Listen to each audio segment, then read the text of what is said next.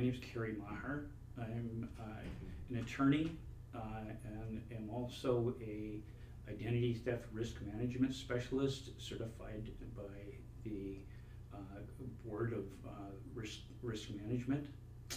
And here today to talk about how to protect or give you some tips on protecting your assets. We all agree that protecting physical assets such as our family heirlooms or possibly jewelry is important, correct? And we're going to keep it secure, possibly insure it. But another asset they have that's very, very important, especially these days, is your information. Because with enough of your information, identity thieves can drive cars in your name, which sometimes results in DUIs in your name, can get jobs in your name, sometimes can sell drugs or buy child pornography in your name, sometimes can use your government benefits such as Social Security and Medicare, or open up bank accounts or credit cards in your name. So it's very, very important to protect your personal information. And I want to give you some tips on how to do that. Well, first of all, when you think about this being a major asset, so whether over the phone, through the mail, over the internet, you just don't share any non-public information unless you're absolutely certain of who you're talking with.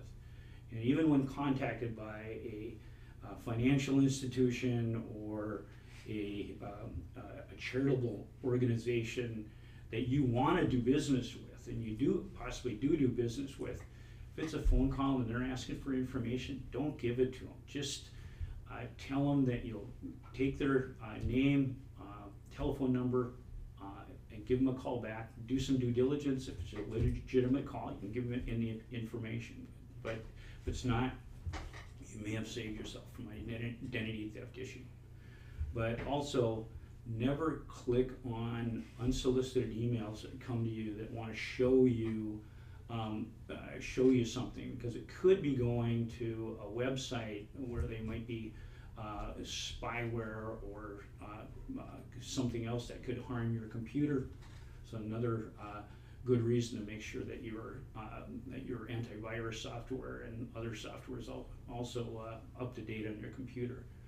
But also be aware when responding to emails. A lot of times they're asking for what sounds like not really your personal information, but if you give them information, they're going to keep on coming back at you. Just put it in a spam filter if they're asking for information, and then you don't have to deal with it anymore.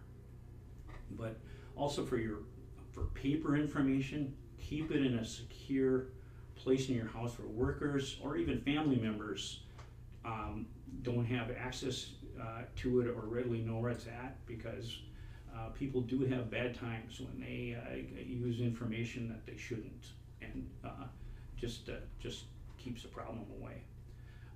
But before you send any paper information out of your house, I'm sure you said you've heard shred, and that makes real information, because dumpster diving is alive and well here in Minnesota.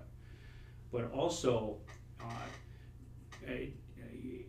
for your mail, a lot of us have mailboxes that do not have a lock on them. If they don't put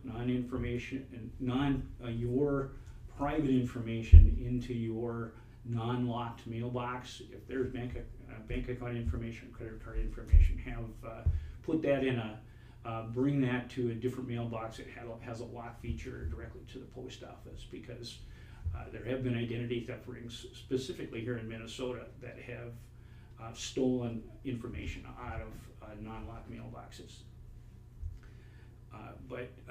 And I hope you find these tips helpful. But according to privacyrights.org, over 10 billion records have been lost to identity thieves or in breaches made public since 2005.